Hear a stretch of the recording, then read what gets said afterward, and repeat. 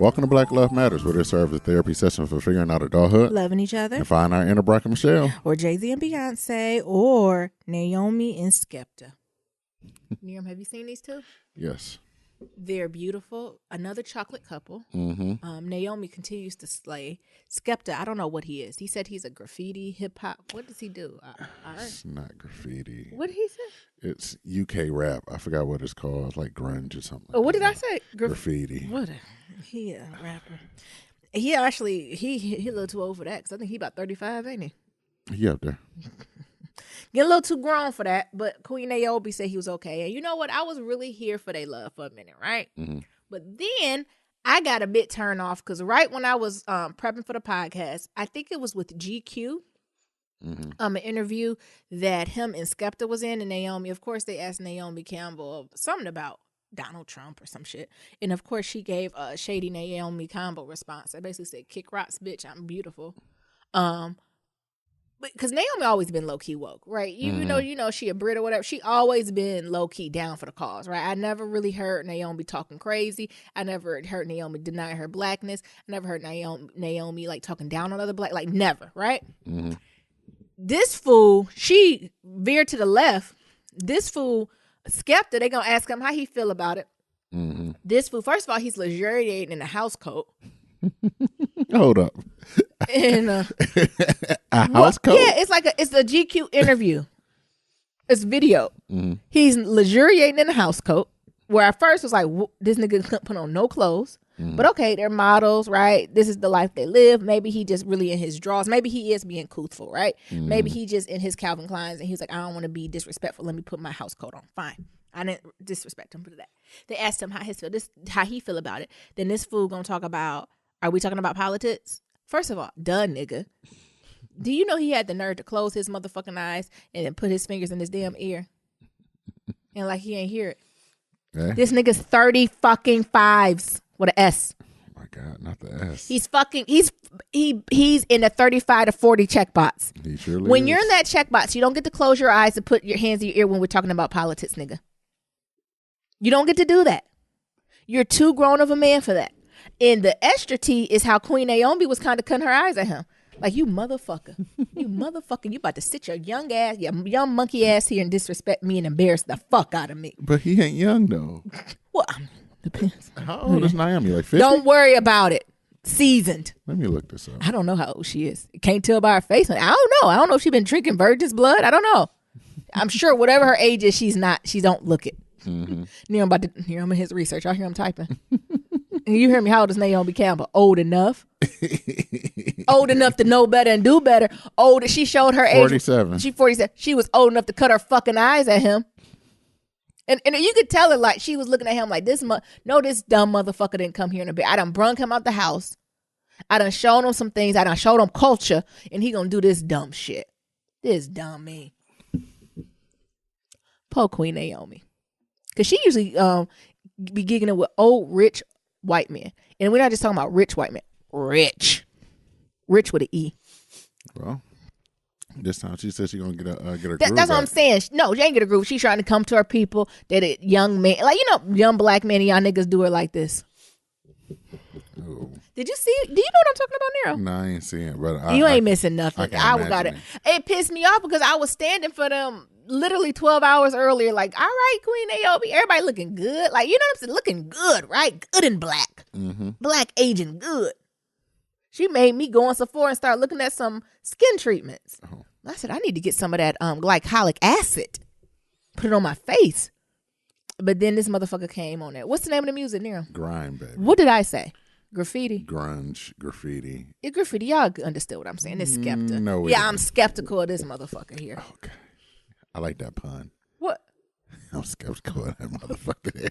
That's how nice. And it ain't just me and Queen Naomi was looking at him. That's why you can't date these young niggas. Oh, that nigga 35. He ain't young. Guess. I got a young He mind. older than you. Young mind. Men age. Never mind. I'm about to get funny. I'm gonna say like dog funny. I'm How old Nero. is he really? I'm Nyambi. And this is 116. Be sure to leave a 1, 2, 3, 4, 5-star rating and review on Apple Podcasts and Stitcher. Happy Friday. Happy Friday. You already know what to do. Open that app. Oh, Nero. Type in Black Love What Matters. was that? You know, my little stutter. Ooh, I ain't never heard you stutter, baby. Type in Black Love Matters, hit the logo, scroll on down, hit write a review. If it don't go in, I found a tip. It might be because of your username, your nickname that you put in there. So you might got to change it because somebody else already used it. You know, Apple not smart enough to say like this nickname has been used. So you might have to change your nickname. Oh, that's add a 1 to it. Oh, okay. You're asking and then hit enter. Okay. It's very easy and it's fun. And we read them on the podcast. We surely do. Shout out Friday, one of my favorite days of the week.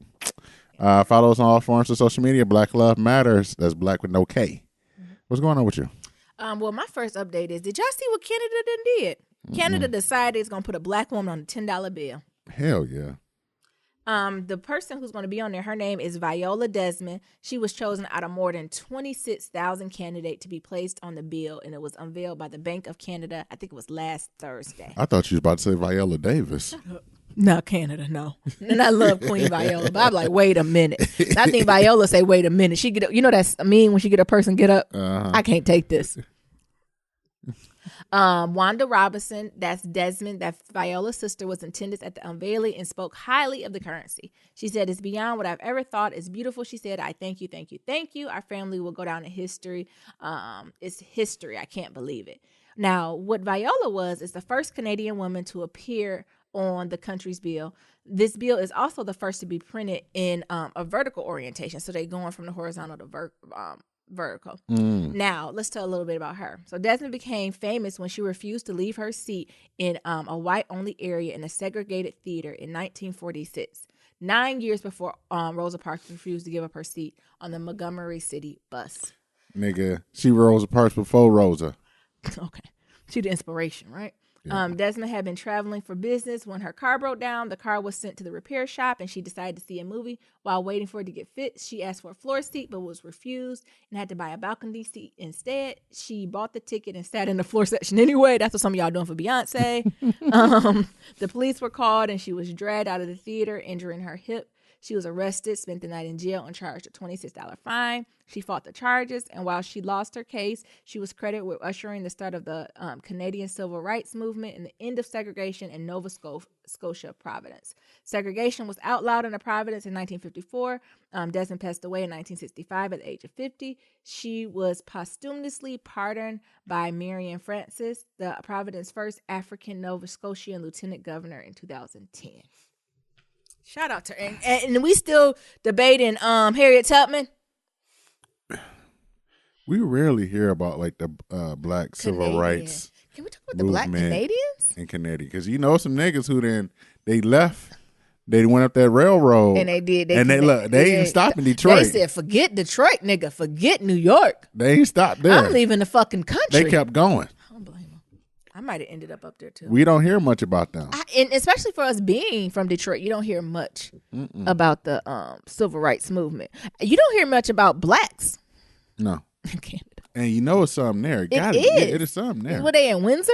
I don't know where they at. Nova Scotia, it looked like. Yeah, but it's not British Columbia. That's not something that's really talked a lot. I mean, it's a different country, I guess, but it's so close, right? We share borders. Right. I guess that will be dissimilar for the folks who live like border with Mexico. You know, how much of the Mexican history do you really know? But now I want to dig into that because it got to be some crossover, especially with that Detroit border. With that Detroit and that New York border, like all these borders we have, it's too fluid. Right. It's too fluid. You know, the West Coast maybe not because it was, a little later that it was, what's the word I'm looking for? Cultivated? Yeah. But you know that them other ones, it's something there, honey. I agree. And the thing, it depends who writes the history, right? Who's in power. So no telling what type of shit we got left out. No telling how many civil rights folks was banned or sent over there to get. Oh my goodness, we're missing tons of history, aren't we? Yes. So shout out to that. I feel like I want to go get one. Can I go to a currency exchange at the airport and just like give me a Viola. Give me that V Desmond. No. You know, it's all about frame the Benjis. I feel like I want to frame it. Is there any other black woman on money anywhere in the world? Maybe Africa. I don't know. No, I don't think that. Africans. Well, Africa, we know you home of Wakanda, but you ain't excused, nigga. Y'all just getting over apartheid. Well, Where the lie? They taking back their land. They just getting over the apartheid, honey. South There's some Africa shit is. going on over there too, honey. And it's some other shit from them other. It's some shit popping off. Don't sleep. Other thing, Bot Store Chronicles, squabbles. The fuck is a squabble? My card attendants have been in rare form this week. So y'all know we had this big snowstorm, and usually after we have a big snowstorm, it's like remnants of the snowstorm. So it'll be like the next day we'll have like it'll snow really hard, but it won't stick. Mm-hmm. We call them it's snow flurries, basically, like heavier flurries. But out here they call them squabbles. And my card attendant be so amused when it starts happening that he runs into me, be like, Nyambi. I'm like, yeah, squabbles. What the hell is a squabble? I said, what? Squabbles? I said, what are you asking me? Is he saying squalls? Squabbles? Uh-oh. And I'm like, what are you asking me? And then he just point out the door. Uh-oh. I'm like, oh, it's pretty. Then I got to bring myself back, right? Mm-hmm. The other thing is, what? Y'all know my little slower card attendants. He's been, I don't know. I told you this story already, Nero. He's just, whenever he comes into me, he wants to have like these long conversations. But like I said, he's autistic and he's not really good at conversations. Uh-huh. So the first thing happened was I was on my lunch break and he was coming in just starting his shift. And I was sitting in the break room minding my black ass business. And then, you feel somebody staring at you? Mm-hmm. Yep. He was in the doorway. Oh. And I seen him and I just smiled, right? Uh-huh. And went back and he stayed there. I said, oh, hey. I was saying, hey, D, can I help you with something? And then he was like, I like Cheez-Its. Oh. I have a box of Cheez-Its in front of me. I said, oh, me too. Then he was like, do they make them kind in a little container? I said, well, I'm not sure. At this store, I think they only have regular ones in the little one, but they're on sale, $2.50. He said, oh, okay. Then he continued to stare at me. I said, would you like some? Before I said, would you like some? He already had a cup.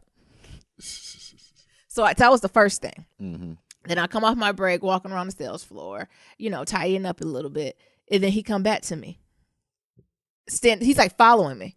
And I'm like, hey D, how can I help you? He was like, is the Jedi, the last Jedi at the movies? What the hell? Is it? I don't know. Oh. What do you at? I was like, I don't know. Maybe I've heard of it. He said, oh, I really want to see it. I said, okay, yeah, it seems good. He's like, so do you know? I said, God damn it. I said, let me take out my phone. I said, looks like it's playing at this display down the street. He said, oh, okay. He said, when is it on DVD? I said, wait a minute. I am not your personal Google assistant. What do you think is up with this, Nero? He ain't never taught this. And the thing, it take him, I said it quickly, but it taken him a while to get it out. So we're there at least 5 minutes with him like, Nyambi. He said, Nyambi at least 6 times. And I just sit there patiently. I don't know what it is, but I know he ain't talking to nobody else because you at least entertain him. What? Yeah. What do you mean? You entertain his antics. I want to call it antics. Because I don't want to seem He's like a human. What do you mean his antics? I don't want to seem like being disrespectful, being white privilege. Yeah. What do you mean? So you say other folks don't? What? No, that's why he come talk to you because ain't nobody else. You be like, go on somewhere, boy. And then you, yes, smiling and nodding. Okay, how can I help? And you mad talking about his ass and took your Cheez-Its. I said, well, just take them. Here you go. Fill up the cup. I think I was like, let me just get a handful. And I just gave him the rest of the box. I said, you can just have it. Mm-hmm. Because you just sitting there for so long. That you're like, I got spend my 15 minutes talking about these Cheez-Its. He might think you his girlfriend. You didn't give him Cheez-Its. Oh, shut up. Why you say that? Y'all together now. We keep coming to check in. What, you going to take me to see the Jedi? Yeah. You go with 2 tickets. You ready? I got one for you. You gonna be like, I'm at work. You say I'm at work. That's the conversation here. I'm at work. I'm closed. I closed today. Oh. And that's how you be. I get off at 4 and the movie started at 4:45. I understand, but I close. I won't leave. I can't come. I can't just leave. So that's going on with him. And then I got these sorry ass cashiers that's working. One of the girls, was supposed to be at work at noon. Oh, excuse me. You need some water or something? And she called and she was like, oh, I overslept. You need me to come in? Mind you, her shift was from. Yes. No, I said no. Her shift was from 12 to 5. She called at 2 o'clock and said, oh, I done overslept. You need me to still come in? And then on top of this, guess what this bitch said? This bitch was like, but I got to leave on time. I can't stay later. So, bitch, you can really come for 3 hours? I said, no, you stay home. What type of shit is that? Is that what people do? Yeah, it's a privilege. Do niggas really be like, oh, shit, I done overslept. You need me to come in, but I can't stay late, bitch. I got to get off on time. How you oversleep? Fuck the bullshit. Past noon? Like, the kids really sleeping in that late? You know. The shift started at noon, and you called at 2, so I'm assuming you woke up maybe half an hour before? So you slept to 1 p.m., 1:30? And you ain't worked for the last 4 days? What are you doing? Daylight saving times tonight, Abby. It's fucking up. And then everybody. my store manager was like, you want to come? I said, no. They was like, oh, okay. Then it's going to be another 30 minutes for her to come in. So you're going to come in for an hour and a half for what? To play with you. To get on my fucking nerves. Yeah. And then she the one who going to come in looking like she literally just rolled out the bed. Well. That's how she look every time she come to work. And then lastly, who coming in during the blizzard? You. Not me. We got another storm. I'm praying. I need to tell. I've been lucky that when it snowed or snowing, like it'd be at that 3-4 inch mark where I'm able to come on home. Right. Mm-hmm. It's never been a situation where it's like tons and tons of snow. Like that hasn't hit. Right. Right. Because I need that to hit so they know where Nyambi stands. Because they have like a hotline you call, and the day of the storm they closed at 11. But so you call in that morning, they be like the expectations for all employees to come to work. Nigga, it's a blizzard. I ain't going nowhere. Like really? Like what is that about? I'm not used to this hourly life. I'm not coming to fuck in. Kick rocks. Close the goddamn store. I don't give a fuck. Yeah. Like I don't know if that's just me or something. I gotta work through a humility. Even tonight when I work with certain managers, they'll be like, one person, is this a new white girl? It's the white girl I said look like trailer trash for trying to come up with her life. Mm-hmm. Looks like everyone in her family on opioids, and she the one who ain't on her, and she trying to do better. Mm-hmm. That's what she look like. But you can tell, and it's in her blood. It's in her genes. Oh. Do you know? Yes. You ever just seen people who family has had a hard life and they're born looking hard? That's how she look. Like the mama from True Blood. Yes. Like she might not did a drug in her life, right? But she just looks hard. But she looked like she grew up in a crack house. That's how she is. And so she like a huge micromanager. So I was working tonight. She passed by. She's like, anyone go to self-checkout? There's lines. Hey, bitch. I'm not. Who you talking to? Hold up. Hold on. And I looked. I'm thinking it's a line. I don't mind being corrected when it's a place. It's literally 2 people in line. What the fuck is your problem? Ain't got shit else to do. Then I had to calm myself and be like, you know what, Nyambi, this is her career and this is your job, and y'all both have two different expectations and standards when it comes to this. So as she's striving to go up the ladder, these are things she has to do. It's not personal. Mm-hmm. It's the behavior I dislike, not the person. But I be on the verge of like, hey, who you talking to? Hey ho. Who you talking to? Like, or I've been my biggest thing. What you gonna do? Like that's gonna be my new Nyambi comeback. Who gonna check me, boo? Who gonna check? Because the thing is, who gonna check me, boo? Because y'all got niggas over here who called 2 hours into their shift and asked, "Do you want me to come in?" And I only can stay 3 hours. And I know one thing for certain too, for sure. If I don't get extended those same, what's it called? Those same graciousness. You know what I'm talking about? The same. Yeah. I forgot the word I'm looking for. You're not going to play me. Mm-mm. So I think the month of March might be going into April. Hopefully I don't got to beat her starting in May. But if it goes on, I have to readjust their lens on who the fuck I am. So meaning that I'm going to just have to call out a couple shifts just so they realize I'm not that nigga. I want to be the type of nigga where they be like, I don't know what she going to do. Look. If she comes, she come. I don't. You got to get your job 80%. I ain't think I was doing much. I guess I'm giving too much by coming consistently. Baby. And smiling. Our mediocre is better than some of these white people greatest. I actually had to do a review on myself. I'm thinking it's gonna be a survey. I open a review. It's just a bots, and it was like write about your accomplishments. What the fuck is this? Yep. I wouldn't hire it on their ass. I did a SWOT analysis. Jesus. Was that probably doing too much? Strengths, what's the strength, weaknesses, obstacles? Opportunities and threats. Oh. I'll fill y'all in what I wrote. Oh, okay. I was just like, what the?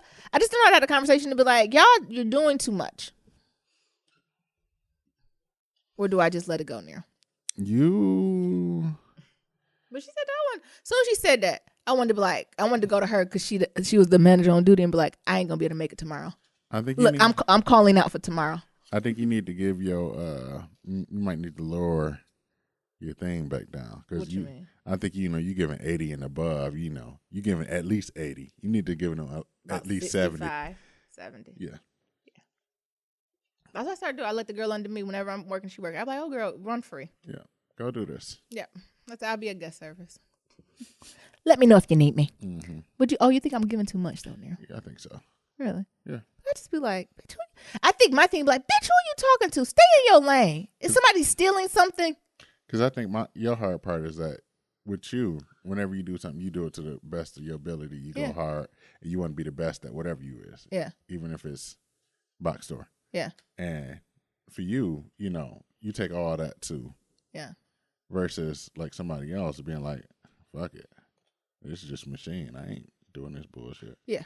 So I think that's the issue that you're running into. You got to drop your thing down to like 65, But I do believe 70. it's a machine. It is a machine. Yeah, I know it is. And I want to tell you, one thing I've learned through this situation, all niggas is disposable. Yeah, and you can see that. Including you and this whole, we about to be replaced by them running robots like dogs. Exactly. But you can see what your, how even they gave y'all hell from, y'all was a $2 million in the surplus. Yeah. And y'all was over 200 hours. Oh my God. For the year. Bye. And they was bitching and moaning. Bye. So it should have showed you right there that, yeah, fuck this. Yeah. I'm giving y'all niggas 65%. I'm going to come in. I'm not going to come in. I'm going to do whatever. Look, some deadlines, I'm going to make a deadline and they ain't going to get made. Oh, yeah. On purpose. Yeah. Yeah, that's what I feel like I have to start doing to them now. Mm-hmm. And just be like, oh, sorry. What? You meant this month? Oh, well, I'll see you later. I got to go. I got date night. I got to go. So when I work, I'll do it. I don't work off the clock. Right. All right, now go ahead. Send me an email or something. So I don't really check. I'm really trying to get in the habit of not checking out email at the bot store. So you want me to be on the floor dealing with these crazy ass customers, these guests, the card attendants, the cashiers, team members, and you want me to check email? No. Come talk to me. You know where I'm at. Go ahead. Well, one of the things, I think you sent me this article. It was very interesting about this 102-year-old track star. Mm-hmm. And she talk about how she takes shots of cognac and do squats. I can't do it. I would say cool, but I don't drink. To keep her young. Mm-hmm. And she a beast. Cognac. She said she really took. What she do, like weekly or daily? Just squats. She said I do squats and I take shots of cognac daily. Yes, and that's what keep me shots of cognac with an S. Yes. Did she clarify her favorite? No, but I'm guessing it's Hennessy. No, she old school. I think it's that E&J. That Irk and Jerk. No, look at her. She a little bit more sophisticated than that. She drinking with the old school. Ripple. I don't think Ripple was Hennessy. I mean cognac. Ripple. So that was an interesting story, though. How old is she? 102. And she running still? Yeah, she's still running. I need to do something because I am out of shape. Hell. Not physically. If you see me, you're like, oh, Nyambi, you're not. No, but I just feel physically bad. So she a beast. And hell, she be the only one on the damn track. Look at her. I need to see if she want to work at the bot store.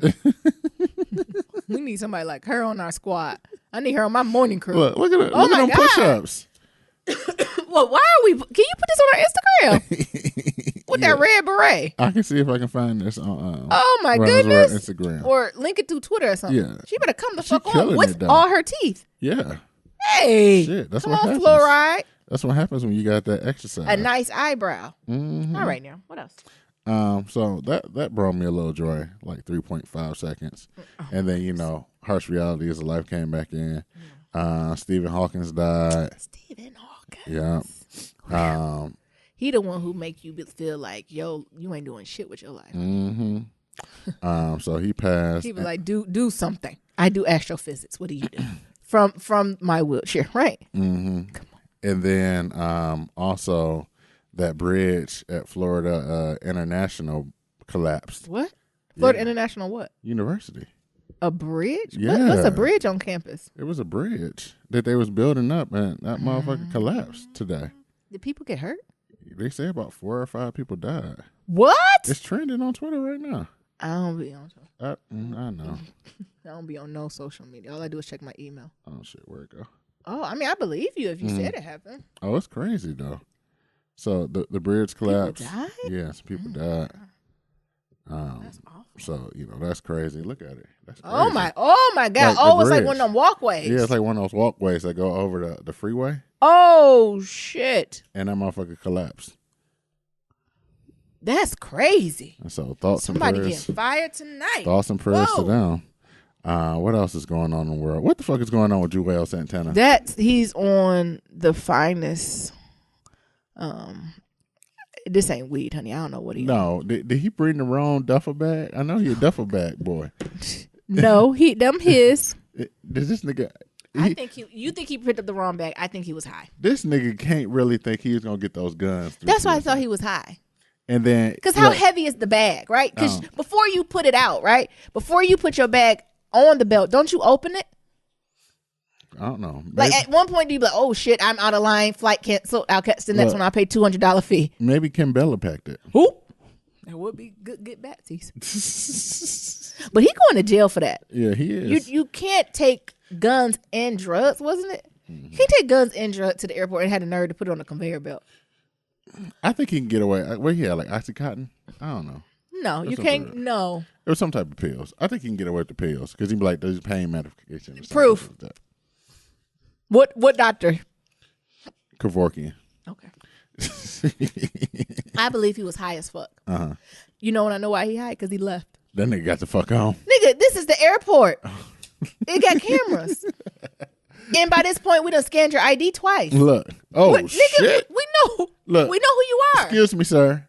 He went through, and then you could tell the people, when they start whispering and shit, and they move the bag. I hope it wasn't nobody first day. And he's Because like, they was like, fuck it. But could you imagine that's your first day? Fuck. sir, is this your bag? Oh, fuck. No. Look, it's a. Oh, stupid. That nigga is out of there. So you got that's going on. iHeartMedia is filing for bankruptcy. What? But they not doing the big bankruptcy. They filing for Chapter 11, which is like just forgiveness on some shit. restructuring. Yeah. So I think they owe about $20 million to investors and something And like they that. said, we don't got it, sis. Yep. So they're gonna go ahead and file for that restructuring. What's the name? But it's gonna be interesting to see because I know some things gonna change. I wonder if that's gonna affect anything with like the Breakfast Club or iHeartRadio. No, not the big ones, but the little ones. It might. Yeah. The folks who aren't syndicated might be. Yeah. I don't know how I feel about the syndications. Mm-hmm. Why? It's something about the morning show that's pertinent to your neighborhood. Like I almost wish they could do a hybrid of it, right? Usually morning shows last between 4 and 5 hours. Like I wish there could be from like 6 a.m. to 10. Yeah. So I wish it could be like maybe 2-3 hours with like your home and then maybe an hour with the syndication. Because I think you lose something. Don't get me wrong, the Breakfast Club is hilarious. Like they've honed in on their craft. Steve Harvey, all these folks, right? The Flight Chime Joiner, they've honed on their craft. But it is something to be said about homegrown DJs, right? Yeah. Because they got their ear to the streets, literally. Yeah. And I just wish it could have been more of a hybrid. And folks done lost their job, right? Yeah. I don't know. And I know they making big coins, but still, I don't know if they make enough coins to be in all these. And They say the corporate is saving money they are by because they gotta having pay these all these syndication, other- right? And think about it, And then the folks that come on after midday usually not trash, but they made some box store salaries. But just think about it, they in what 50 markets now. If not more, I thought Yeah. it was like 200. What you talking about? It 50? might be. Yeah. Hell, I even think about here in white ass New England because we had as whack as corny they were. They are whack. Them motherfuckers lost their jobs too, and they kept a girl there, and she was like the in between weather girl, and then they let her ass go too. I mean, it'd be whack at some times, but it's something to be said about that. Like I think you're losing the connection with that, and then sometimes even like with interviewing. So again, Breakfast Club is notorious for like their different interviews. I think we're gonna talk about one of their interviews too, but. How did local people get their shit out? Like I remember like Mason in the Morning, all these like local radio, and they were interview like local celebrities, Coco and Foolish, and they would interview like local people and what's going on in the street. But if you listen to like the Breakfast Club and stuff, you're not going to get that type of stuff, type of exposure that I think is important, right? Yeah. How do you get the local buzz? Yeah. Of like trying to be a local artist. There's still something about that. That's why I said it would be better if it was like a hybrid. Like honestly, I only think we need like an hour and a half of the Breakfast Club. Like I think we need the interviews, like a few of the Donkey of the Day, the few of the segments, and the rest can be should be your local folks, right? Yeah, I agree. But, I'm old school though. The kids probably don't even listen to the radio. They don't. It is a dying market. They, and I probably wouldn't even. Near pay for our like Spotify and Apple Music. Yeah. I'm opposite. I still haven't paid 1 month's bill of any of that. I have not bought into the monthly music thing. Oh, I have. I still listen to Pandora. No, I be listening to that Pandora. And turn on the radio. I don't want no commercials. So, I'm imagining the children don't pay for that. They don't want to hear none of these folks. Right? And the thing with Breakfast Club, people just look for the interviews. Yeah. Well, if it's trending, they go look at it. And that's what I'm saying with the YouTube and everything. Or a podcast. Come on. Yeah. All right. What else you got now? Let's keep it short. What else we got? Oh, now. What? No, I'm not saying that, but I had a lot of other things on my list. So I wanted to talk about how Rihanna came from Snapchat, and Snapchat is going down the shitter now. So I don't know. Say? Who look at Snapchat? So there was this ad that was on Snapchat. It was like, would you rather slap Rihanna or punch Chris Brown? Ooh. And then somebody's like, I don't know about y'all, but this kind of seems insensitive and problematic to everybody, right? To Rihanna and to Chris Brown. And like both of them is disrespectful. And around domestic violence. Yeah. Like that's what I'm saying. It's disrespectful on all parties involved. So, Rereading came out there and said, well, now Snapchat, y'all already know y'all ain't my favorite app out there. But I'm just trying to figure out what was the point with this mess. Of all the things to say, right? Mm-hmm. Even if they're going to do this Rihanna-Chris Brown matchup, couldn't we do like what song is better? Who did it better? Like who wore it better?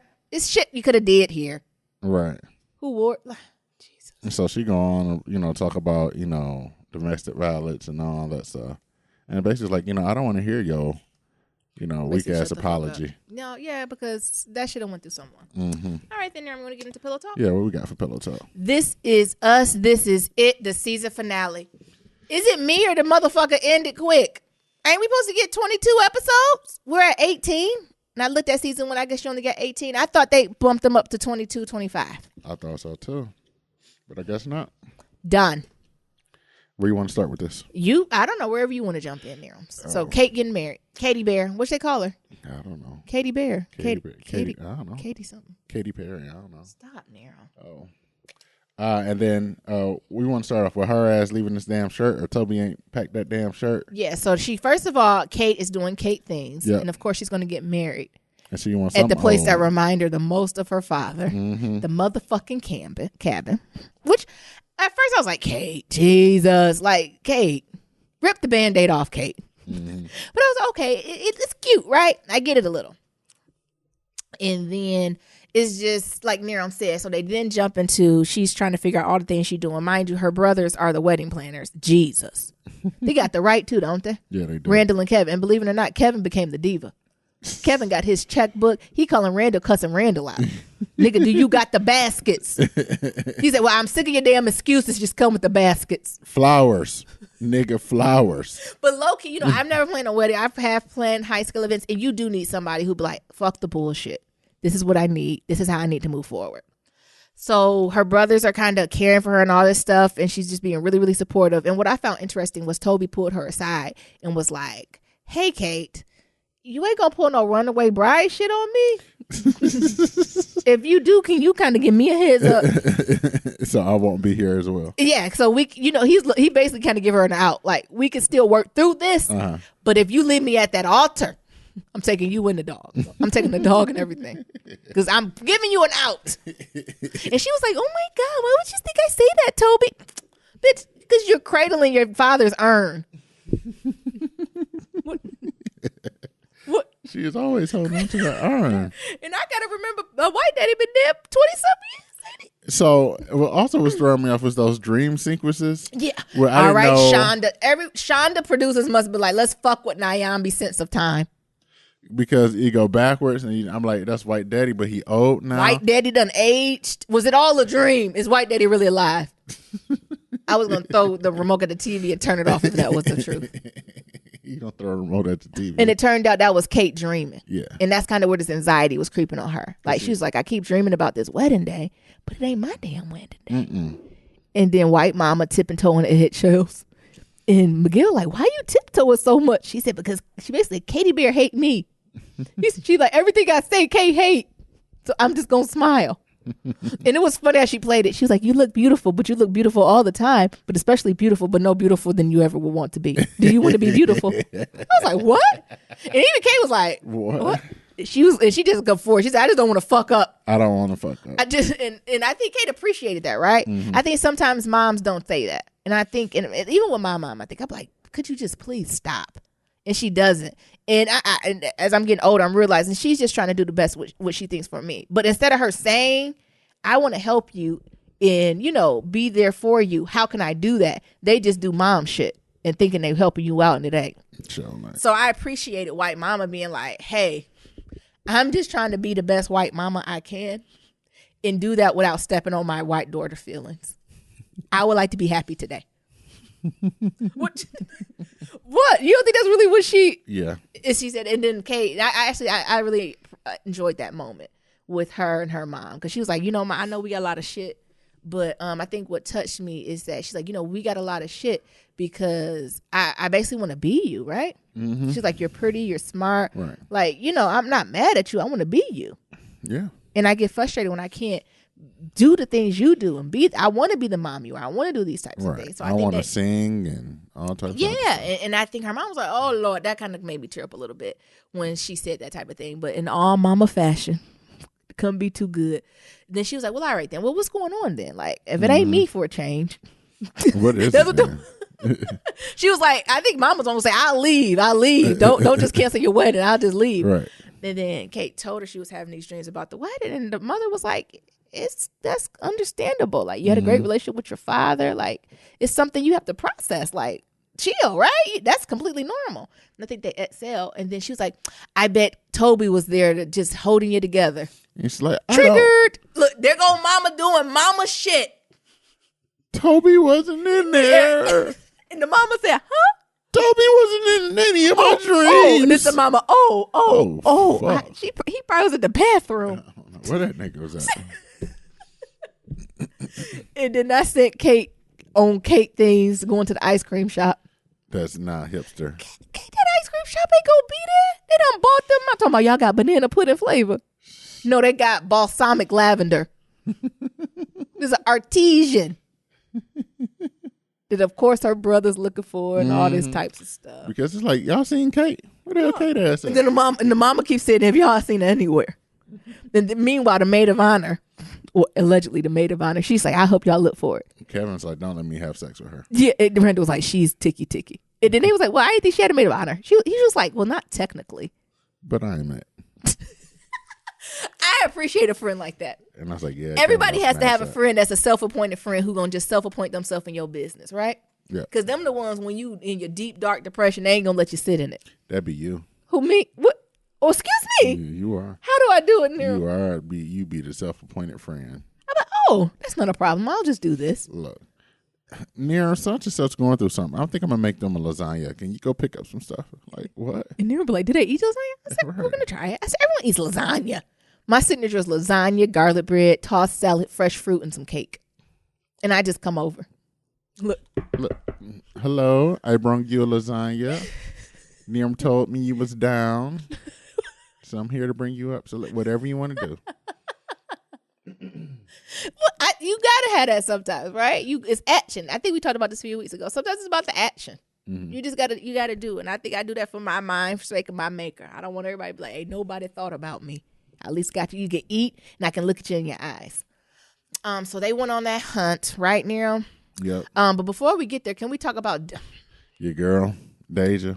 Deja need her ass whooped. We ain't to the end yet. Spoiler alert. Sorry. Somebody wanted us to warn it. Y'all know we talk about This Is Us. Y'all know. Deja got a straight up attitude. This is how I know Randall and I'm touched by white hands. Because in the morning they came in talking about, hey, Deja, you super excited. Da, da, da, da. She said, I don't know why you're going that dirty ass. Well, I said, who the fuck is she talking? Hold up. Look. Oh, that cussing. Look, I would have afraid. Look, your ass going to be here. Huh? Hey. That's how I know Beth ain't about it. That is how I know Beth is not about it. You go ahead and talk to my mama like that. I've been snatched them 3 inches of hair on her head. Who the fuck are you two talking to? Heifer? Oh, you're grown now. You grown? You're smelling yourself. You want to be out on the street then? Oh. Your mama gone. Your mama gone. See, that's the thing. They scared to hurt her feelings. You ain't going to have no car to sleep in now. See, that's my family. We gonna get you. We gonna hit you in the jugular. Ain't no such thing as below the belt, okay? Because life is below the belt. And it's like they scared, right? They scared to check her. And I think again, I'm not a parent, but I think a huge aspect of parenting is discipline. Checking their ass. And you're more than welcome to be upset. You can even have snarky comments, but all this cussing and fussing at me? Right. Motherfucker ain't me? To you. Nah, sis, go write in the journal. And then they had her cousin. Yeah. Come talk to her. Nah, I like the addition of the cousin, but shouldn't we've heard of her before? Do you see what I'm talking about when Beth, that's why I'm sketchy on Beth Pass. So now the son, she got this cousin that her kids call Auntie, and it turns out the cousin moved in with them because I guess the mama was on some shit or ran away with niggas. Basically Deja Jr. Or prequel Deja. Right. And I feel like something that huge in a family, that's something you bring up. She ain't never been for dinner or Thanksgiving? No. So that was a little, again, I'm talking about the black writing. It was a little jarring. That seems like a very white thing. Because, she did mention like sisters and things of that and sort. We never talked about cousin. Never talked about a cousin sister. We actually never seen any of Beth's relatives. No. Which I find, that's why I said the black writing. For her to be this close to her sisters and her family as a black woman and never see her family, how off is that, right? Yeah. That something about that not clicking. Now, if you don't have a good relationship, yes. But if you have a decent relationship, we ain't never seen Beth mama, sister, dog, cat, none of that. Right. Black folks love a good cookout. A cookout, and they got the big house. Bye. And Randall people, extra. Some people like to call it a barbecue. With 2 meats. Randall type of nigga that had 3 meats, baby. He'll live in more Cassie. We going to Randall Beth house. Yeah, I'm going there for Thanksgiving. But all of a sudden, it's just the Pearsons they celebrated with. I'm going to be at Labor Day, Memorial Day. All the holidays. Because them niggas got a pool, too. Yes. Oh, yeah. So, the writing. That's why I said that's where we need a little bit more black culture infused into it. Because it feels a little disconnect. Even if she celebrated with the Pearsons, right? You don't even see her on the phone in the morning. Because that's what you do as a black family. Even when you out of state, you got to call everybody on these holidays. They be like, what you doing? Oh, blessings. He has risen. Ain't nobody over for Easter. Oh my God. Not that he has risen. Yeah. So her cousin there. And then what else am I there? Oh, Toby and his family. Oh, and that daddy and that mama. I'm kind of low-key here for that. Because the Pearsons, they feel so deep, right? I think the Pearsons allow you to feel deeply. Right? And they have made crying cool again. Yeah. Because it was a moment where it was like, nigga, wipe those tears, shut the hell up, right? Ain't no crying. Shut your mouth, I give you something to cry about. Yes. And now the Pearsons have gave permission to everybody to holler. And that's great, right? But you get to the point where it's like, Jesus. I think that's why I was thankful for Toby parents. So it looks like they were divorced for a while. Yeah. Mama dating. And the daddy talking about, he picking up his parents the daddy talking about, when you gonna marry that man? He seems like a good one. And then she was like, stop pressuring me. He was like, stop pressuring this hole in my fucking retirement account from this alimony. I said, come. Motherfucking pension. But what got me was when Toby was in the room with his parents and they said, we got something we got to say. Right. What they say, Nerums? We don't like her. She ain't gonna make it. What? They said the shit Nyambi said. Kate do be a little. She a little ticky. And you know how you had that other wife and then we had to pick your ass up. Because you fell to pieces. You jumped off the cliff, threw your parachute off, right, and wrote a farewell letter. We had to come pick your ass up off the ground. And the mama said, hey, I had to come feed you chicken noodle soup and oil you down. I don't want to do this shit no more. And he had to check them and say, well, I loves her mama. Let me do me. I loves her mama. But the thing what I appreciated him saying is that you worried about Kate the unstable when he said in the actual reality, I'm unstable. I said, whoa. Because the thing is, I know we tease Kate, and I just said, I don't think Kate is unstable. I don't think any of the Pearsons are unstable. I think they're just really heavy feelers to the point where it's irritating. Well, that's just what they are. Unstable, no, but heavy feelers and way too deep in their feelings, way too deep in their emotions, yes. But unstable, no. Now, when Toby spoke his truth and be like, I'm really the one that's ticky, ticky, boom, boom, I think that's going to be beautiful to dive into as we go in that season. Yeah. Right? Because I think he's not able to feel as deep as she is, right? And it's something to when you're able to be, I think it's called empath. I forgot what they're called. Empathetic or sympathetic? It's empathetic, but it's an empath. Like the Namaste people know what I'm talking about. Oh. But when you're able to feel that deep and have that release, you're able to rejuvenate, right? And move forward and grow. But when you don't have that type of outlet, it builds and builds up. Now, it might not build up over a week, a month, years, it might be decades, but when it explodes, it's heavy. You unstable, right? So I think that's just what the difference is. And I think that's why I tease the Pearsons a lot, because sometimes I'm trying to channel my feeling deeply. Like just being able to cry. Yeah. Because I cry more looking at This Is Us than my real damn life. I can't even force myself. In my real life, when I be trying to cry, I burn my tear ducts. It burns? Like it burns to cry because I be trying not to. But with the This Is Us, I be like, yes, white daddy. And I just come hold you and say, just let it out. Look like you just need a good cry. I guess. I can tell because now we just be walking around. And then at the end, they gave them speeches. I like Kevin's self-absorbed speech. I like Kevin. I bet you do. I'm a stand for Kevin. His speech was very self-absorbed, but I appreciate it. It is. Hell, his ass ain't write one. So he just came. Well, I didn't write one because me and my brother was trying to make this thing perfect. I'm here for Kevin. I'm one of the big three, and that's my sister, and I love her very much. And he talk about that I was in rehab, that I got better. And I think I like Toby. Toby's pretty cool. And then, but what got me, though, what I thought was touching, he was like, he said how Beth told him, like, you have to grieve the loss of our father. Because at first I'm like, Lord, he talking about grieving the loss of father during the toast. Right. But it made sense. He was like, we both, all of us, we have to let go. And Kate, because the conversation you have, you have to make room for another man in your life. And, sometimes when you're holding on to this grief in the memory of your father, not pushing all away, but you have to release some of that. So it's like we've been holding our breath for 20 years. And as a unit, as a family, including you, Mama, let's take this moment before we toast to breathe that out, to let it go. And say it's okay to let it go. Just because you let go don't mean you don't love, right? So I thought that was real. And I think a lot of families need to do it. The next family reunion, I feel like I'm going to do it. Oh. What you think my family going to say? What the fuck? Breathe. The New England blacks. But also too, that when he was talking about how I don't know if he said it or Kate and her mom, someone conversation Kate had when she was like, I really have to, when she was talking about her dad with that urn again, honey. They ain't poured those ashes yet. She finally poured them ashes out. Well, her stash of it, because everybody got their portion. She didn't hold on to them. And she finally let him go and said, I have to make room for Toby. Like, I have to make room to love him, right? And be able to do that. And I think that was a powerful scene. But I think that's something every woman has to do. If your father is dead or alive in your life or not.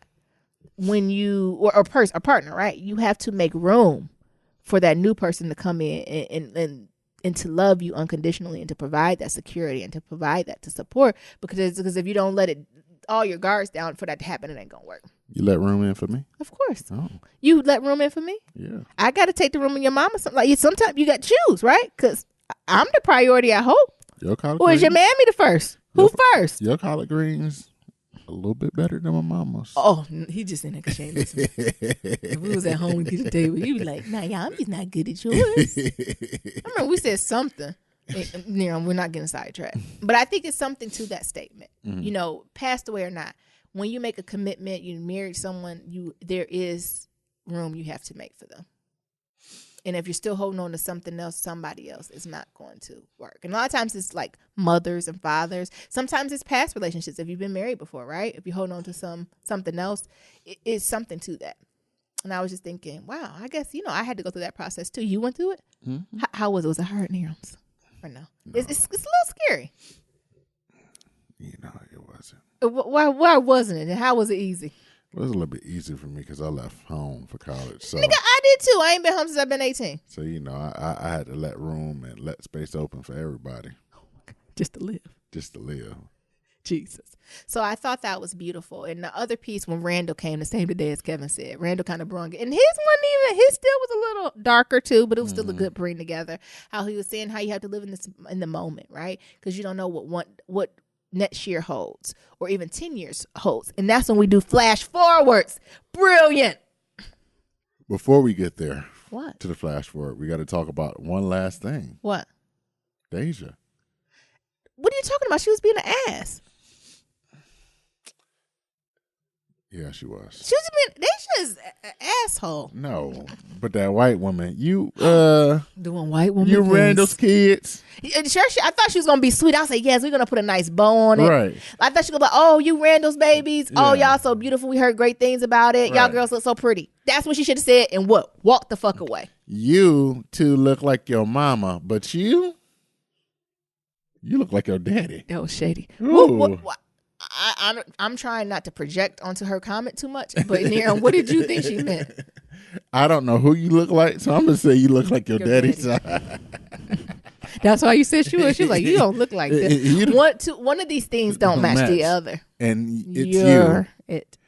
And she said that, and here comes that. Ooh, we needed 5 more minutes because I need to see what the fuck gonna happen. Was Randall gonna get Deja's ass? Because Randall loved that car. He loved that car. Randall was gonna lose his fucking mind. He paid cash for it. That's all he kept talking about. How he paid cash for it. What type of shit was Deja thinking? That is not a black child thing to do. To go bust what you do? You bust your mama windows out. Randall was on that Nia. That Nia is. You know how can Nia be like, I pay for my car as cash.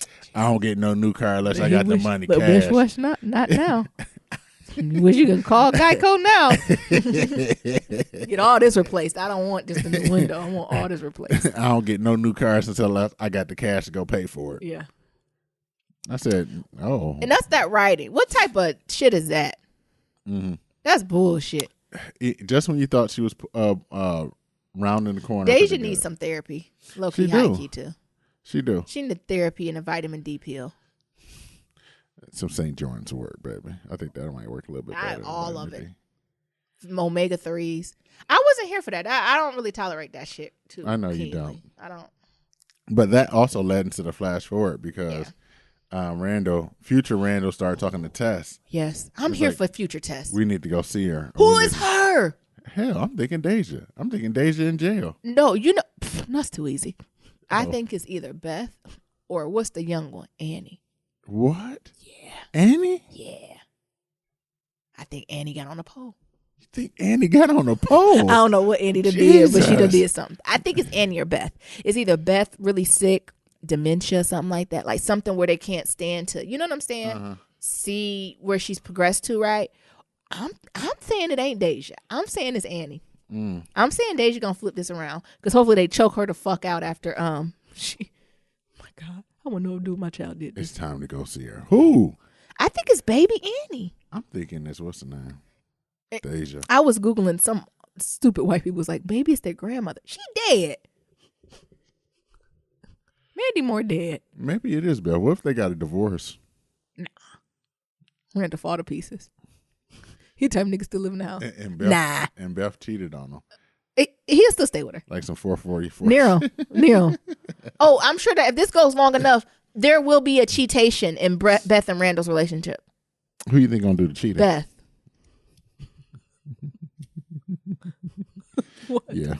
it's going to happen. And it might not be all out fucking. I know what y'all thinking. But it's going to be like she kissed a man or they embraced. Mm-hmm. And Randall going to come in and be in Randall feelings. And then she going to be like, well, I don't feel connected to you. Bruh, what is this? What is this? And then she going to be like, I'm just not happy. Yeah, that's going to happen. If it stay on long enough, it will. Beth, I tried to be the perfect husband. That's the problem. I want a nigga with Timberlands. I want a nigga. I want a hood nigga. Okay, we off track. But I don't think it's gonna be Deja. Mm-hmm. Cause I think cause we the hood kids. They always cut us hood kids out, but we made it. Mama, we made it. Deja not stupid. I think that's what it is. Deja's not stupid. Deja's trying the fuck out of them. Deja is old enough to know right from wrong and able to use her words to say she's upset and pissed that her mother gave up custody. But the thing is, it don't surprise her because her mama couldn't even keep the money to pay the light bill. Because she was spending it on other men. That's what I'm saying. Deja's not stupid. I think that's what gets me. Deja's not stupid. She knows what the fuck she's doing and why she's doing it. Mm. Period. So she knew exactly what she was doing when she got that bat and was blowing out that. She knows what she's doing. Oh, but their daddy's bad at that. Ooh. She knows what she absolutely knows what she's doing. Yeah. And I don't have sympathy for that. She about to be grounded for a long time. Her pro ass gonna be grounded for a long time padding this off. You know, I'm old school. How much you get allowance a week? I don't know what the kids get allowance a week. What, $40, $50 a week? Yeah. We keep adding it to the tally, honey. You ain't ever getting allowance till you go to college. Send her ass back. Like, does he? No, she ain't getting back. See, that's too easy. It's too easy to go back, bitch. No, I'm just taking shots at the people just like, your dog, you send the dog back, can't send no child back. Mm-hmm. Look, send Deja ass back. Look, I don't want to be no. So I see that as a challenge. Oh, no. Ready. Round one. Clink, clink. Oh, yeah. That's how I see that. Round one. You just got to get in her ass. Yeah, I think she needs to be getting that ass, and you can't talk sweet to her. No, because she ain't used to that sweet talk. You gotta get her firm shit. You gotta get in. Beth gotta do it. Because Beth gotta get close and yoke her up in the collar to the point where she can smell your breath and pieces of spit pop in her face. Ooh. That's how you have to yoke her ass up. Like you just got me in the nose. That's how you have to get her to let you know, bitch, I mean this. I would treat you like a bitch in the street. Do not do this to me. But she had to spit on me, though. Yes, I did. I'm not. And don't Deja. Deja's trying it. And the thing is, Deja fucking love it. She fucking loves it there. Yeah, you know she do. Yeah, she do. She love them girls too. She love having them as sisters. But yeah, the flash forward, you got that. And I think I'm going with baby Annie. Your vote is Deja. I don't think it's Deja. I'm thinking it's the youngest sister. And she gonna be on one. You said she gonna be on the pole. Ain't gonna be the pole. And then I'm here for Kevin and Black Cousin. Yeah. And 3C here. I'm here for Kevin and Black woman. I need him to marry a Black woman. Wouldn't that be interesting? Mm-hmm. They have beautiful children. They would. I'm here for Kevin and the Black woman. I don't know how I feel about Kevin going to Vietnam, digging into his dad history. I think his brother going to be alive. Oh. And it's going to be Milo. So he going to look just like, oh my God. It's going to be too much. Beth ain't going to take it. That motherfucking Milo just all up in there. Oh, Milo. I said Milo. And I think his brother gonna be alive, living under a Vietnam woman, and it's gonna look just like him. And that's how we get another glimpse of White Daddy. No, but I think we still gonna talk about White Daddy. Yeah. So I think season 2, the theme was death. Yeah. I think season 3 gonna go back to life. So because it looks like White Daddy was keeping a lot of secrets. Mm-hmm. We still, because even the mama was like, yeah, I know his brother went to Vietnam, but we ain't talk about it. Bitch, what? What if White Daddy got another kid? Oh my God. The big 3 would collapse and go to heaven. They might kill the other kid. Would they chant, woo wee, plus me? You know that chant? Yeah, they gonna kill their ass. It's turned dark. So I'm here for that. And also I'm here for this storyline of Kate stepping in and supporting Toby. Mm-hmm. Looks like he's really going through a really deep depression or a manic episode. You know, it might be more than depression. Yeah, he might have a little bipolar.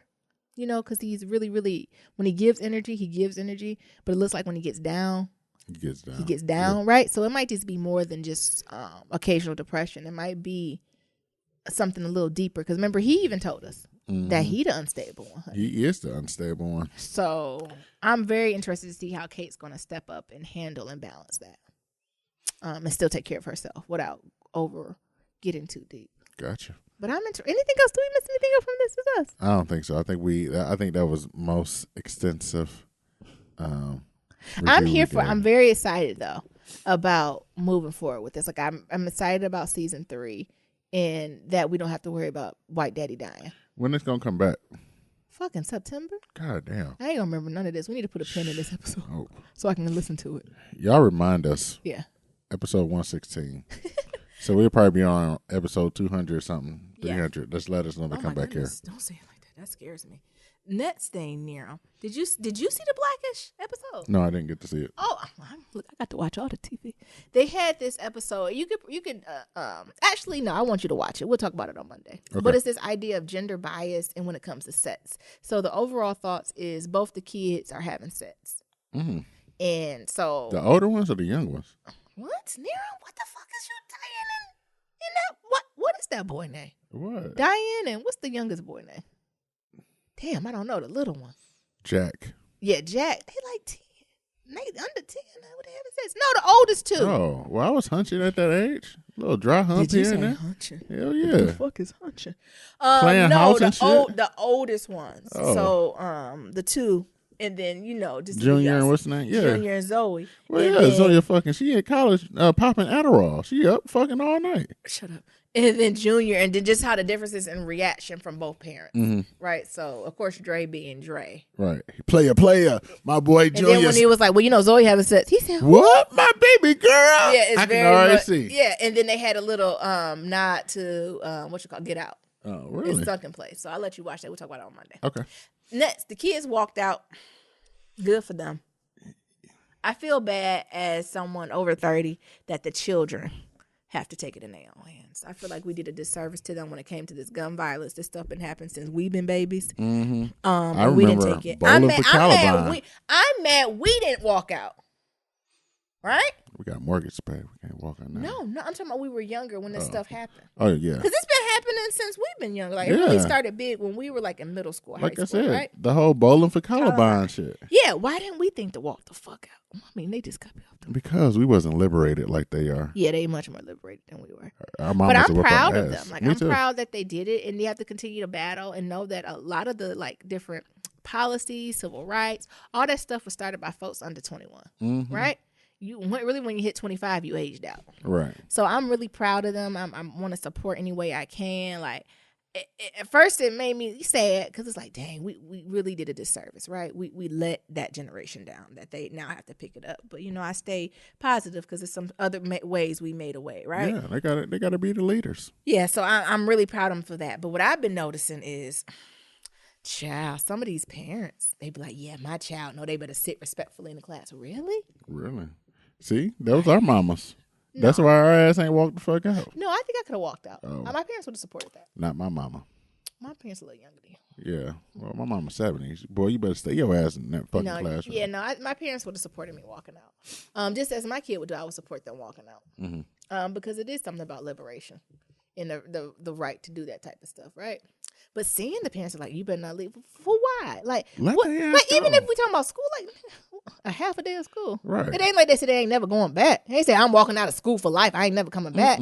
It was just a scheduled like protest. Yeah. But it just killed me how some parents was like, like, I have a question for y'all parents. When y'all meeting other people's kids, like parents, like, do y'all do surveys? Like, can we date them?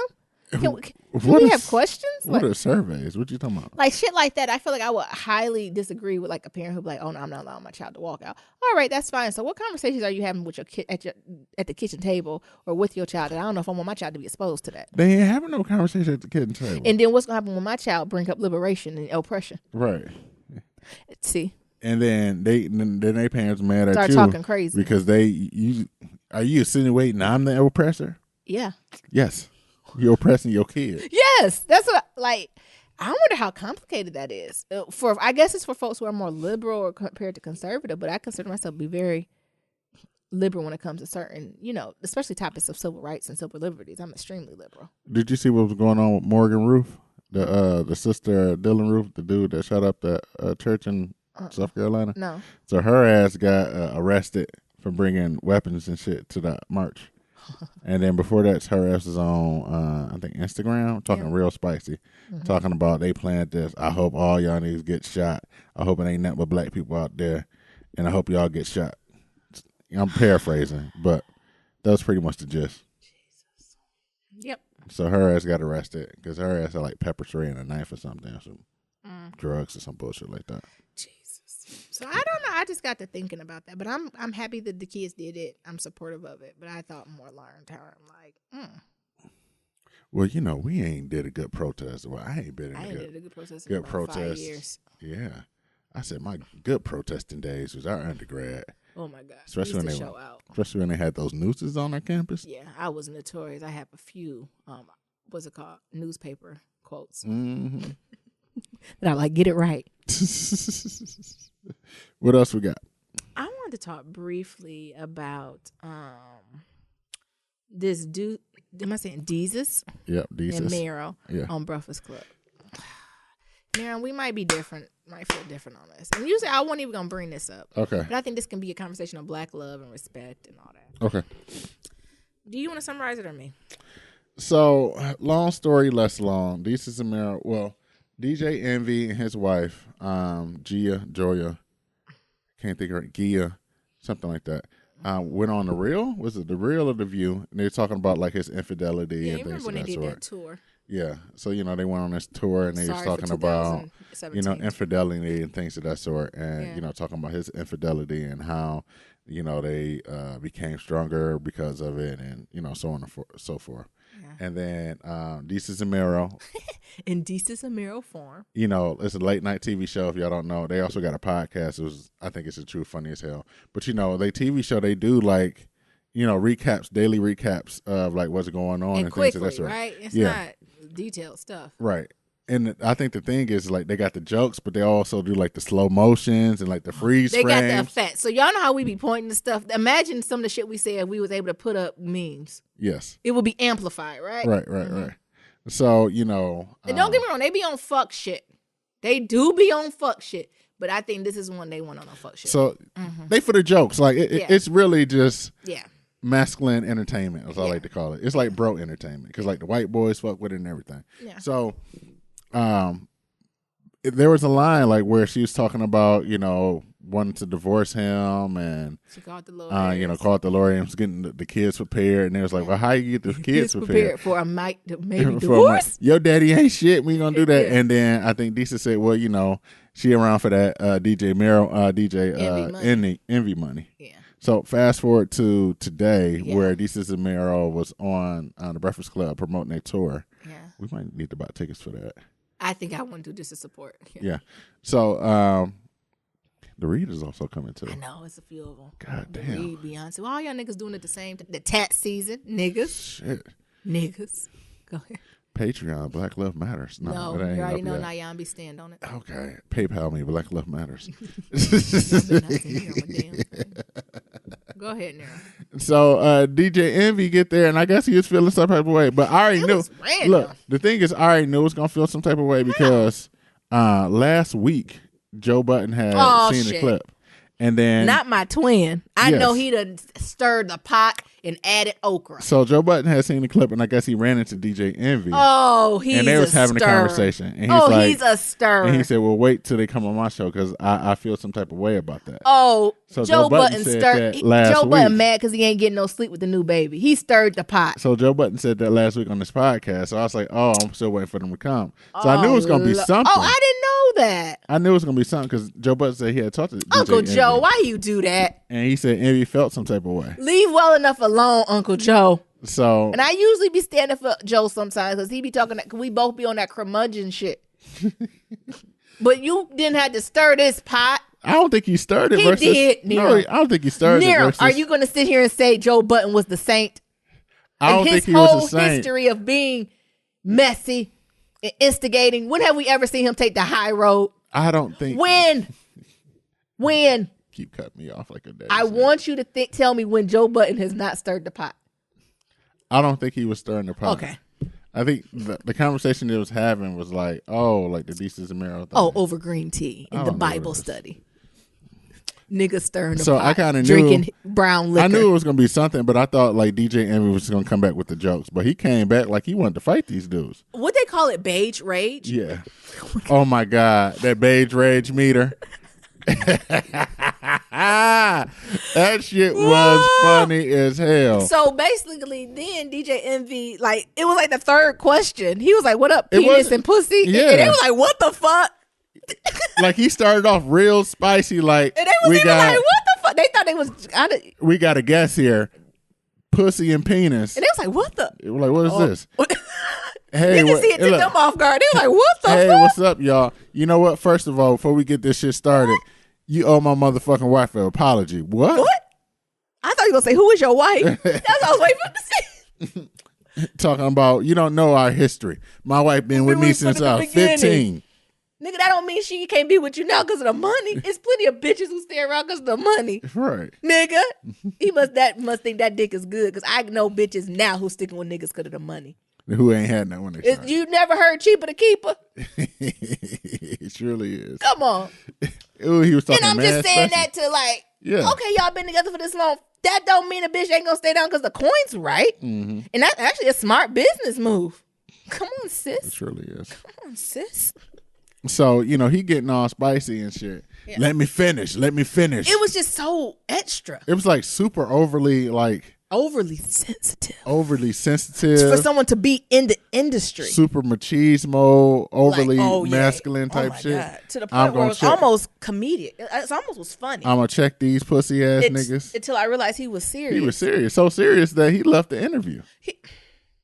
I wanted to be like, where's job abandonment? Quit playing. He left the interview. Stop with all that. Stop with the shenanigans. Yeah. So what are your thoughts on it, Naima? I think and what's his name? The light-skinned boy really tried to have his back. Like, the light-skinned people was really sticking together. Yeah. But I was challenging my fucking energy with was my nigga Jesus. What's his name? Desus.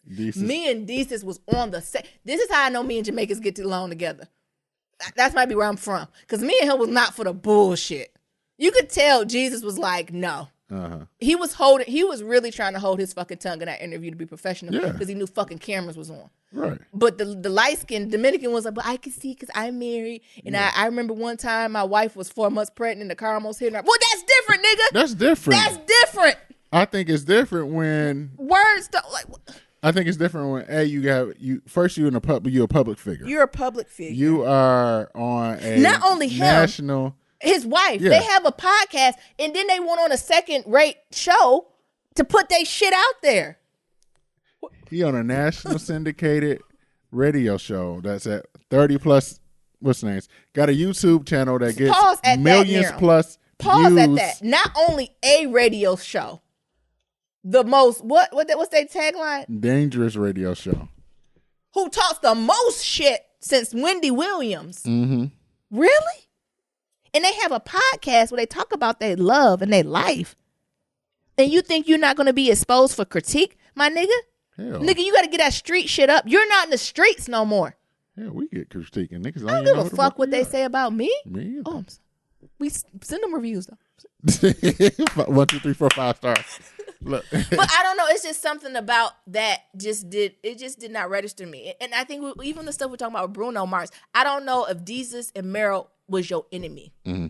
DJ and Envy. Does that make sense? I don't know if they was the oppressor in this situation. If we talking about the treatment and talking to black women. I think it is. It was a real sensitive. Misdirected. I think and it was they apologized. Yeah. And I've never seen these niggas apologize for anything. Nothing. Even Charlamagne was like, shit, I don't apologize if you don't mean it. I mean, he messy anyway. Look, but it's the jokes. I thought it was jokes. That's the thing. Like, you got these jokes. Anybody can get the jokes. And they played it back, and it was not offensive. Like, it wasn't one of them things where, like, it wasn't like when Tupac say, I fucked your bitch. No. He just said you here for them DJ Envy coins, though. And when you even see the clip, he's like, well, I don't know what their situation is. Yeah. Like, that was the next couple. Yeah. Because I watched that episode. Yeah. So I just didn't like how he kept talking about respect. You're going to put respect on my wife. Well, this nigga wasn't talking about respect when he was fucking other bitches. And I think you did the ultimate disrespect. What you talking about? Put respect on. You don't respect her. See, that's why I don't know if Black Love ever could really be that mainstream, because I would have cussed his light-skinned ass out in there. I would have cussed him the fuck out, cussed Angela E out, cussed Charlamagne out, and told him to kiss my black ass and got the fuck and flip the goddamn tables. Oh. Because that pissed me off. Me and Deezus was, I know that pissed Deezus off because he was on some petty shit. Yeah. He was reaching. That nigga was reaching. Disrespect for me. Shut up, old privilege. Put respect on my Nobody care about you and your family, nigga. That's where I draw the fucking line. Nigga, you are not in the streets. Make a decision. That is not how I work in the streets. That's not how I work in show business. You are not on the block. No. You if we was playing block games, yes, you can't do that. Nigga, oh my God, it just got me. Niggas want to live double lives. Mm-hmm. Pick a side. You not one of us. And even if you want to take a higher road, talking about respect, right? Let's go straight to the Obamas. How many times they done call Michelle a motherfucking monkey, drew pictures of her? You don't hear Obama like, raise up, nigga, put respect on my name. Right. And he had the highest power in office, and he can hold his composure, but your beige rage ass can't swallow some shit over niggas who apologized and explicitly said it was a joke? Nigga, is you serious? And my thing is like, shit, this was your time to get the jokes back, nigga. Yeah. And if you have a problem, when do you be a man to take them behind the scenes? But you want to do that in public, right? To make a point. It's entertainment, baby. You gotta have that. It's entertaining. That's what I'm saying. It just shows. So now they can go viral, and now we're talking about it. Yeah, we talking about it. But he wasn't even really high on my list. No way. He done got even lower. The Breakfast Club really on my way out for me. I'ma say it. Mm-hmm. They ain't on their way out for you. You still the standard for them? I only whenever they trend, that's when I watch it. Yeah, I can't listen to them though. Like. That's the thing. Well, I don't listen to no radio. Cause even with the hosts, and I know they friends, like none of them could be like, well, man, you over really?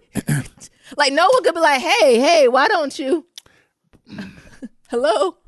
I just think was that really the argument? I just think it was he was. I don't know. Maybe a Cancer. It's Cancer moon is out. Is he a Cancer? I don't know, because Nia told me it's Cancer's about to get all in their feelings now. I'm about to be a soft shell crab and shit. Yeah. I don't even know what the hell he was talking about, but he's like, to be prepared to be a soft shell crab. Yeah. Or stop putting your shit in the street. So maybe y'all should go on the press tour talking about who fucked who. Right. But I think what really just I don't know if that was the right way. It rubbed me the wrong way. Like, if you got a problem with that, it's another way he could have went about that shit. It's another way he could have threw in some subs or some what's the name? I don't know, but I also was looking at listening to the second half of the radio. There's like, did he go too far? And you got people, that's right, you got to stand up for your woman. That's that hood shit. And stand up for your woman. And, you did that because you a good man and blah, blah. If your bitch is that weak that can't take a name. First of all, you ain't really doing what the fuck you do if nobody ever called you a bitch before as a woman. You know how many how many names I've been called? I know, baby, but that's the thing. He ain't calling no bitch. He ain't calling no hoe. He even say she only there for the money. All he said was that DJ Envy money. And then he's like, well, I don't know. Yeah. Like, for me, that's not even a big enough jab to even. But I think it is. It's as sensitive. He didn't cheat on his wife. His wife is still sensitive about the subject matter as well. That shit came out, and they got the slow motion, the freeze frames. They throw the Sonic coins on it, and all this other shit. And then her ass gets sensitive, and now she getting in his ass because she having fucking flashbacks on when that nigga cheated on her ass. Ooh, and then what happened? You have to heal, beloved. And then what happened? Now he all mad, puffed up in the motherfucking chest. Yes. Now he got to go back and check these niggas and let off his rage because his wife done got up in his ass. That's why I was waiting for them to say, like, oh, your wife must be real mad at you. What you need me to say? Right. I'm like, put on that piece of paper. Hello, we are sorry. I just don't, and I just can't imagine that she's even will be that caught up to have that as a issue, right? Because last time I checked, I don't think they was the only one talking shit. There's a lot of people talking shit.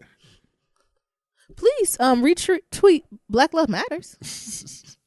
It ain't nothing he can say to me, honey, that's gonna hurt my feelings. Please retweet it some more. Sure. I want more listeners. Right. I don't know. It's just something about that just rubbed me extremely the wrong way. Near, I'm trying to play the role of the oppressor. How was he right? Okay.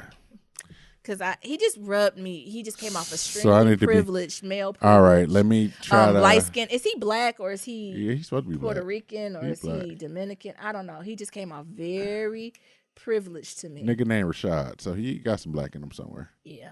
You know, you don't see no Dominican Puerto Ricans named Rashad. No. So he got some black in him. But so I am with Jesus. And Jesus like, I don't apologize. I don't know what else this nigga right. Why he left? I don't know why he left. So let me get into my fragile masculinity. It was a little fragile. All right. Hold on. Give me. For you to put that much on with another man. All right. This motherfucking and disrespecting my motherfucking woman talking about she here. For the coins. For the motherfucking coins. It's truth in every lie. And nigga, you don't know shit about me or our nigga. She done been with me since I was 15. Yeah. So don't you ever come up with me talking that bullshit, nigga. I'll whoop your ass. Let me interview you. Table. Why does that bother you so much? Because look, you could talk about me, but don't you bring my family up in this shit. Don't you talk about my wife and kid, nigga. Do you talk about other people's families? Don't you talk about my wife and kid, nigga. I don't care about none of that really shit. Gonna have to stop using that. Black celebrities do that a lot too now. I've noticed that. Black influencers who's just getting something. They're like, it's just keep it about us. Don't bring the kids into it. Meanwhile, on the ranch, white people drag everybody. Look, wrangle them motherfuckers up, right? That's a very black thing. Don't talk about my family. You know, all them can get these Twitter mouths. The thing is, it's that black street culture because the street culture, the hood culture is, you know, you leave the kids out of this. Yeah. You know, when you got a drug war, you leave the kids out of this. But you joined the oppressor's game. The oppressor, everybody. However, but on some wife shit. So, you know, talking about my boss for this startup. Yeah. You know, they had that community thing because, you know, they trying to build up some more houses. Yeah. And they went all up in his records. Yeah. Talking about he had 2 fires. Yeah. You know, what he was about to do. I can't even think about it now. Refinancing one of his homes and things of that sort. Yeah. Like went down like a deep dive. Yeah. What about this property? What about that property? Like they going for like real gutter low type shit. Yeah. Versus this DJ Envy shit. That's not really it's not really a heavy sub. Go it's not even disrespectful. Yeah, go on vacation. I'm telling you what it is. Yeah. His wife did not like that. She's still sensitive about his ass cheating on him because they've been going on this fucking tour talking about it and they think they all right. Yeah. But they ain't all right. Yeah. Because every time you talk more about this shit, she bring the shit back up. Come on. And then this shit happened. Yeah. And it's an issue. Yeah. Yeah, I don't know. It's just something about it that just really... And now he got to put on a show to say, look, baby, I defended your honor. Yeah, that's what I'm saying. Defending these honors and for what? Defend the honor for women to get equal pay, so your daughters get paid the same equal amount of money. That's what I need you to get pumped up in the chest about. I need you to get pumped up in the chest about sexual assault. I need you to get pumped up in the chest when your co-host don't know the difference or put respect on Afro Latinos. That's why I need you to get pumped up in the chest, not this bullshit. Mm-hmm. I don't know. It just made me look left side eye. Meanwhile on the ranch, Angela Yee do what Angela Yee do, and then Charlamagne sniggling and giggling like a chessy cat. So this nigga. Them niggas did have the jokes though. They did. They were funny. I was rolling too. Anything else? What y'all think, listeners? Yeah, y'all tell. Maybe I'm too, but it's like both of y'all are public. And I can even see maybe if she wasn't a public figure, right? Like Charlamagne's wife, like her ass. Yeah, she's not in. Like she either working or with her children, or right. She don't put herself out there, right? Mm-hmm. But Miss So and So put herself out here. So what you think gonna happen, sis? Mm-hmm. That's a lot of the black influencers who done came up. I just can't live a normal life. No, bitch. When you signed at the dotted line with the devil, that's what you decide to turn over. Oh, wait, with the devil?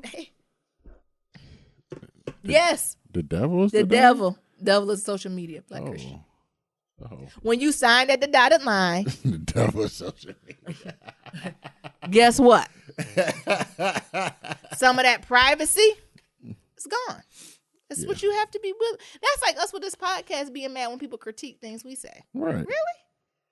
If we ain't want no critique, we would just had a conversation and don't hit record. Exactly. Right? But that's how to... Shout out Friday.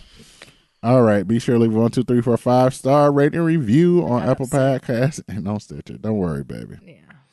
I'll defend your under. Yeah, and then also, y'all know how I feel about us as a community. I think even Charlamagne said, nobody wins when the family feud. Mm-hmm. Like, really? Of all the niggas to get upset with, Deezus and Meryl, that's who you beefing with? It's like... Really? Of all the people, right? Dumb and Dumber. Oh, I want to say Dumb and Dumber, but I'm trying to figure like Amos just and so Andy many. type nigga. Yeah. It's so many other areas that they could have directed their energy at. Like I'm sure it's tons of other folks who've talked shit about the bro. Like it's just so many other avenues that he could have pointed that rage to, that beige rage, and he did it. You know, his ass is very selective. Absolutely, he ain't say that to Birdman. So shout out Friday. Yeah. And it was space, time, and opportunity. It sure was. And Birdman only said 4 words. Blur. Put respect on my name. Put respect on my name. Come on now. Sorry. Speaking of Birdman, I just seen in the news that Tony Braxton owes some money on taxes. Oh my God. A lot of money. A lot of money. All right, y'all do y'all taxes. We did our taxes. Thank you. I'm glad it's done. Yeah. All right, Apple Podcast. We got one that says Best Relationship Podcast from Folk 39194, and it says great conversation, news, and updates and everything else. Yes. Thank you, fam. From BlackLoveMatters.com, we have one from Brianna. From episode 12, Family Trauma. She says, so Nero, when you gonna run us that Google Drive? I put it in the last episode show notes. I'll put it in this one as well, Brianna. And I also responded. Like Twitter link or something. I also responded to you on the Black Love Matters website with the link in there. Good. So it's multiple places where it's at. Because I've been going through that Google Drive. Good stuff. It's a lot of shit in there. It's very good stuff. Yeah. We got a couple emails. Yeah, go ahead. So our first email is from Juliana A, and the subject says pubic hair. The message says, why did my husband give me a pack of razors in my Valentine's Day gift package? Question mark head. I used to keep it smooth all the time, but since I've been teaching these badass little blessings, I feel like you gonna take whatever come through these panties. Come on. As long as it's clean. What I keep saying, as long as it's clean, you better take it how you can get it. I think we both count down to summer vacay. It is. It's about cleanliness. Right. Because it takes time to groom, right? And it ain't something that can be rushed. It ain't like, okay, I'm about to just clean up a little on my arms and legs. Like, when you're grooming, it takes time, space, and energy. And do you want me to take the time, space, and the energy, or you want me? Which one? Like I said, clean and neat. I'll take you. Don't fuck that hair. Shut up. It says from pubs and reviews. The subject. Pubes, baby. Pubes. Oh. Pubes and reviews. I'm sorry. Pubes. Thank you, Nero. Do you want to read it? Sure. Hey, y'all. Oh, this is from Kiera. Yeah. Hey, y'all. After listening to your pubic hair episode, I just wanted to say that Safari has that Safari was hair free and it looked amazing. Hold up now. Yeah. I think it's his coconut oil brand or something. It did look dry. Other than his size, he had no noticeable ingrowns. That shit looked like melted chocolate. He what? 1 in a million. He might have photoshopped it. I don't know what his secret is, but after seeing him, I was wondering how not to get ingrowns. I told you. And apparently, strippers use deodorant. Ooh, would that sting? But don't that aluminum cause cancer? So they put the deodorant on for that? What? After they shave, they put the deodorant Right, on? exfoliate before, then shave, then like exfoliate again, do a little deodorant. Like Kiera said, you learn something new every day. Look, why we all? This is what you probably do. Maybe we all learn. Look, maybe we come out with our own lines. You learn something new every day. I can't tell y'all if it works or not, or how I got that deep into this research. Because it's true. Ingrown hairs is real. But that's something I found out. It seems like it would clog your pores. Come on, but who knows? Jesus. Or won't it itch? Would it irritate? I don't know. Or what happens when you don't sweat? Shit. So you can't sweat. You know, because sometimes I put that deodorant on. That clinical, you need Pine-Sol to get it out. I don't know how the hell. I use Naomi Clinical deodorant. Yeah. I had to use deodorant for the next 2 weeks because every time I took a shower with that soap, it bead off. It just beads off. How do you get that deodorant off of you if it's like that? I use Dr. Bonner's. Dr. Bonner's oil, and you have to let it, like the peppermint. You have to let it almost sit for a minute. You almost gotta let it dissolve it. Because sometimes I'll just be rubbing and it just be dry. You gotta let it sit so it can break down through. Because the oils help break it down. That's why you gotta use that Castile soap. That's why I'd be like, let me just give me the natural salt stick. Yeah, you gotta let the oils break it down. Or you like pre do it and put a little coconut oil under your arms, and it'll help break down. Okay. Anywho, I was able to finally leave a review, and I know there was a listener, hey girl, who is having trouble as well. Not sure if she has been successful yet, but It's most likely the nickname they are trying to use that is causing the problem. Apparently, if the nickname is already taken for your review, it just freeze. So copy the review, press cancel if it freezes, and then write it again, and then just come up with a new nickname. No, you gotta say pass that John. That's a very pass that joint. Mid-Atlantic thing. Yeah, pass that joint. I really know how to say it. I don't either. John. I don't know. I know what folks say. I know what they mean though. Yeah. You can go ahead and read the next one. And it says Love Key. Okay. Love Key. And this next we have one from Yanity, and the subject is stereotypes. And it says, "Hey Nirams and Nyambi, I love you guys, but I have to say, as a middle-aged Black woman who is also on her Christian walk, please stop stereotyping my peeps." Can't do it. Can't stop. Everybody can get these hands. I stereotype everybody because. Did you say I stereotype Eric? What? Everybody, because it's some truth in some of that shit. What do you say? It's truth in every lie and it's lie in every truth? Yep. You silly.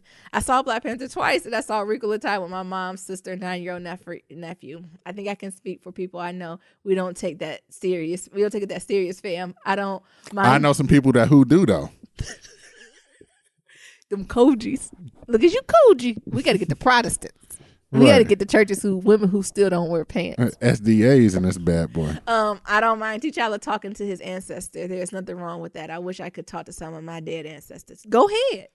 Kwanzaa. Look, go ahead. Every Kwanzaa, we light candles. All the ancestors. And we call all the ancestors. One time we forgot to tell the ancestors to go home. And they just stuck around. And he had to call us. I had to light the sage and open the windows. We said they got to go. Time to go. Ancestors, clear out of here. You no longer need it. Thank you. Oh my God, because we can talk to our older relatives and listen to what they have to say, right? And actually, the author of Wrinkle in Time was a pretty religious person, and her books had Christian themes. Also, the biggest reasons for Black women my age and older to see A Wrinkle in Time is Hello, Oprah. Yeah, she played herself. It was great. Anyway, keep doing your thing. You're fun to listen to. I love to hear your takes on pop culture. One more thing, as young people, don't do what you accuse old people of doing and have too late. Too late. I tell you, I'm Joe Button. I do have closed mind about some stuff. Too late, Yanity. Everybody getting these hands, and what's wrong with you, Nero? I ain't no joy. Know, I'm just teasing about a lot of the. I ain't got no joy since 1996. Shut up, you do. And you had joy when that older woman said she drink cognacs and do squats every day. They gave us faith for all of us. They gave me a little bit. But you know, I don't drink. I ain't had joy since 1996. Niggas can get these hands. Shut up. They can get these block hands. They can get these joke hands. Yeah, I know. I'm just joking about the. I'll be passing Joe's judgment, but some of that shit is true. Yeah, I do know some people that was highly mad. I do know. And there were some articles and think pieces about how Christians was mad about Black Panther and how he ain't looked to God. He went to his ancestors. Look to the Lord. And that's some real shit that I done read in some articles. Yeah. So I'm just reporting back from what the shit I done read. With the what's going out. No, but I enjoy talking with the ancestors. I always say I like to do a nice combination of, I always believe in the Lord, but I do believe in talking to my ancestors and energy. Mm-hmm. And, I believe in that eugenics. I believe pain and trauma and happiness can be passed down to genes too. But thank you for the email, Yanity. Thank you for being a loyal listener. Keep listening. No, I like the email. Yeah. And the Wrinkle in Time was good. I keep telling folks, you got to go in the right mind frame with a Wrinkle in Time. I didn't realize Wrinkle in Time was pinpointed toward that certain age group. For some reason, I thought it was a little older. But I thought it was good. I just like seeing brown women killing it on the stage, right? Yeah. Yeah, thank you for your email. Oh, you going to read Red Barons? No, you can go ahead and read it. I'm about to I get some water. Oh, that's what I said. What, you about to go? What are you... It's from Red Baron. The subject is freedom in a coat. The message is throughout the entire series of Scandal, Cyrus Bean has been the shadiest and most opportunistic in the entire show. I told y'all, and he has shown the truth in colonizers' ideas. The simple fact that he won't change and be a better man, he just changes his tactics, don't he? Cyrus is determined to become president. His entire messy ideas have been involved with power. He has always put himself in categories of doing the hard stuff, and when he means by hard, he means killer. So when Millie sends him on a trip that he is not happy about and accuses Millie of being stupid and not seeing Jake as a threat, I will see Jake as a threat. They are all enemies since Jake killed Cyrus' first husband and actually love of his life, James. Come on. I didn't forget that James. either. I did like James. In light of that, I can't wait to see what Shonda does with that because this shit is not over. We see that coming and it's going down. That's all I have to say on it. Ain't it? I don't think Cyrus forgot. You right. Jake killed his lover. His boo thing. His lover. And he ain't forget. He don't got shit to live for. I knew Cyrus. Everything was done when he gave his black child up. Right. I said, Cyrus don't got nothing to live for. Right. He reckless. Huh? What's that black child name? Emma? What? What's the black child name? Yeah, I think her name it's either Emma or Stella. Oh. Because I thought he loved that black girl. I think he did. But he said, Emma, you got to go on. Because Daddy got work to do. Right. There are snakes. Is that the snake? In the grass. Next, Candy Alexander, a.k.a. Mama Pope. Who needs an award? She do need an award for that. She playing the hell out of it. Every time she comes on the screen, I'm basically crawling on the floor looking at her, trying to imitate her. She needs an award for first and foremost. And 2, she came at Olivia and gave her a read. Well, it's more than a read. It was one of those, let me tell you about yourself reads. Maya has barely been a part of her daughter's life, and Maya Pope has been in captivity. So all she knows is not to show any inch of weakness, but she is all hostility and has been shown in every single attempt that Olivia has made to bridge the gap with her mother. Livy, baby. Would you like mommy to talk to you in baby talk? Maya asked for freedom in a coat, and she got it. And when Maya realized she messed up, she did not know what to do with herself because she was too busy reading Folks for Filth to actually care when it presented herself. Yeah, I agree. You can kind of tell she was like, oh, man. Oh, I got this coat. You really gave this a cute coat, though, This girl. a nice coat. Where you But get this still, from? I was liking seeing my daughter once a week. And he said, I don't have time for Abby this time next. Shit, nobody got time for Abby. Nobody got time for Abby, do they? They could go on with that. Yeah. Melly and Jake. Melly has a problem trusting Jake when she needs trust the most, and her presidency is riding on the nets if she blows up Air Force 2. Come on. Melly confronts Jake about his eagerness to kill folks since his ass is blown up on a plane before. So she tells Melly, I have a poison that will kill him quick. 2 drops, 2 drops. Come on. That's why I said I think it's a little messy for Jake to blow up a whole ass plane. A whole plane with everybody on there? Shit, kill his ass in his sleep. That's what I said, and he old and shit. Right. Like, come on. Uneasy about what to do, Nets calls to her ex and then decides that's not a good idea, only after calling Olivia and not being able to reach her. Cyrus Bean, who orchestrated and finessed the hacking of Air Force to deliver a speech that makes him look very presidential. This bitch can plot. And Caney? He sure can. Can he do it? I started to know something was fishy, but I didn't know if I was reading too much into it. I was like, well, why the internet only available in the main cast? I said, they can't reach nobody. But the Wi-Fi work? That ain't. But I was like, okay, maybe I'm being extra. Like, well, I'm reading too much into it. I thought they had got the internet from that satellite to send that message. Still near them. Because they had sent the message. But my thing is, how in the hell they got fast enough internet to have live stream? That's what I'm saying. Without the shit stuttering. With no bleeps. Right. No pause. No, this screen is paused. None of that. So it was something to that. And that bitch can play having the phones compensated. No, good and damn well, reporters always have more than one in case if something happens. Cyrus planned all this out and made the White House look shady and untrustworthy as he makes moves to go for the Oval. It's time to code switch and give you the conversation of how it really went down when Olivia paid Cyrus a visit. I love this. Who you want to be near? Olivia or Cyrus? I'll be Cyrus. Okay. I'm be Olivia. Mm-hmm. This is what Red Bear came up with. Olivia. Ready? Yep. Nearum's going to be Cyrus. You got it? Yeah. Alrighty. Hey, bitch, what's good? Nothing. Just celebrating, bitch. What you want? I see you out here being a hot mess. What's that bullshit with Air Force 2? When you and I know you could take Air Force 1. Bitch, whatever do you mean? I'm lucky you be alive, girl. Okay, put hands in the prayer pose. See, see, what we not going to do is have you telling lies to my face. Come on, Cyrus. Like when you were supposed to give me the oval, but put Melly out there and her ass, and and you didn't at all.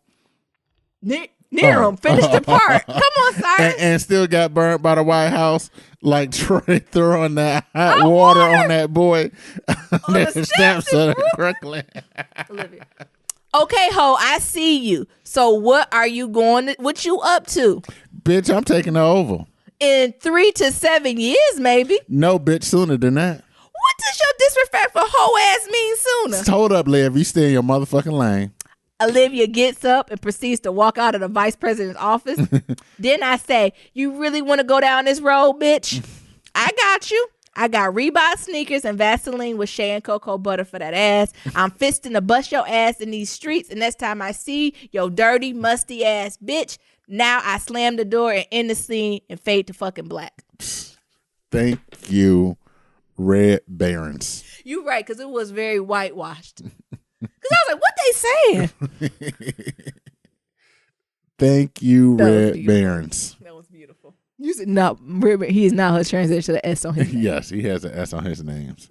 Change your email to Red Barons.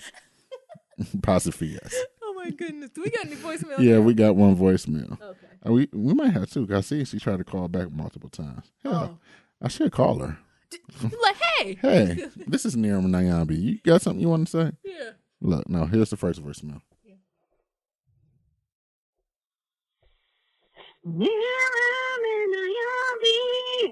It's Chantal. Hey, girl. By way of ATL. By way of just work. The morning shift. Going into that second job. Yeah. Shout out to that 2-job hustle. So I'm here in my car listening to the episode. What episode was this? Lord Jesus. Snow Days. Where you guys are talking about the shy. And the whole father situation where mothers hold a child away from their father due to no financial giving. Now, I am against a father doing something for a child financially, emotionally, and physically, and not, being allowed to see a child. I am against that. But in my situation with my first daughter, Anya, where a father does nothing, doesn't do anything emotionally, doesn't do anything physically, and doesn't do anything financially, and has his random moments throughout the year where he wants to pop his head in through FaceTime or Skype or whatever and look at her and not do nothing. The older a child gets, it gets harder, especially if they're girls with fathers, because, they start to ask questions, and you kind of don't want to build a void there where you allow the father to hurt a child by not doing what they should. So what I try to do is whenever she asks to talk to him, I'll call him. Oh, must have stopped. I was getting comfortable. Did we both get comfortable? Oh, she called back. Okay, good. Follow up. Dang, that voicemail quick as hell. But like I was saying, Ishan, I'll let her, I'll reach out to him when she wants it. But she doesn't ask for him all the time. And then again, my youngest child is 10 months, and, her father has always been there for Anya, even though, she's not his. He plays a father figure role for Anya a lot. So she doesn't feel like neglected in a way, but she knows that that's not her father now that, she has a sister and she sees him pick her up and, take her away for a few days and come back. So she tells, the difference, but I just don't want her to be hurt by a man not playing his part as a father. Yeah. And financially, where he doesn't do, I do. Or people that love Anya will do for her. Yeah. So it's not that, but in order to protect her feelings and, the space where he's supposed to do things with her, I try to fill that in as best as possible. So on that aspect, I just don't want him feeling like I can be nothing and still be a part of her whenever he feels like it. That's not fair for a child. So in that aspect, I understand where a mother would be like, you know what, no, you're not allowed to do X, Y, and Z unless you're fully here. So you either need to be 100% there or just don't do that to a child. It's just not fair to them. And shout out to others who go out their way for other children who are not theirs. Yep. Appreciate it. And shout out to the people who are not fathers who go out their way for other kids. We appreciate you. Yep. Keep these podcasts coming. Yep. You're getting me through my day, and we're off the job too. Deuces. Yes. I get it. You know, you got to do what you got to do. I think when we was talking about, what was the Shy, you also got to think like, old girl just dropped that baby off for like a whole month. She was gone for a month, and then he started taking care of the baby. He didn't got attached to the baby, and then her ass come back. I want my baby back. Yeah, talking crazy. Like a Chili's commercial. Not my baby back. I want my baby back. And now he like, well, hold the fuck on. I want to see my baby. Cause hell, I done built the bond with the little homie and everything. At first he was a crying ass baby, but now he ain't no crying ass baby no more. Cause daddy got it. But you know the situation what you was talking about, like, I completely agree. You know when daddy being a fuck ass nigga, yeah, you don't get it. You don't get the privilege. Right. I agree. I'm with you, sis. You got to do what you got to do. You got to make it best for your situation. Absolutely. So yeah, thanks for calling in. Nice. Wonderful episode. Thank y'all all for sending in the emails. We love it, right? You know, we play all day and we be talking mess, but we absolutely love emails, interacting with y'all, the reviews. Like, y'all make it. Y'all have no idea. Right. Then some of y'all emails y'all be saying, we literally be having pillow talk about it, either cracking up or sincerely thinking about it. So I always know that, you know, we appreciate it. Right. And close us on out, Nerims. Yeah. So as always, to submit your Black Love story, go to blacklovematters.com. To submit a question for Kitchen Table Talk, shoot us the email at blacklovematters@gmail.com, and that's black with no K. To leave a comment about anything that we talked about on the show, you can do it on our website, do it on the SoundCloud, or you can leave us a voicemail. We love voicemails, and that's at 508-784-1111. That's 508-784-1111. I'm going to tell y'all a little secret. If you got a long-winded voicemail and it's going to be longer than 2 minutes, you can like do a voice memo and email it to us. But don't make it a long-ass voice memo. Don't make it like Nerium. 15 minutes. But like, 5 to 7 minutes might be a good time for a voice memo if you got you long-winded like that, and you can go ahead and email it to us. So we'll talk to y'all later. And remember, love is ever evolving. Peace. Peace.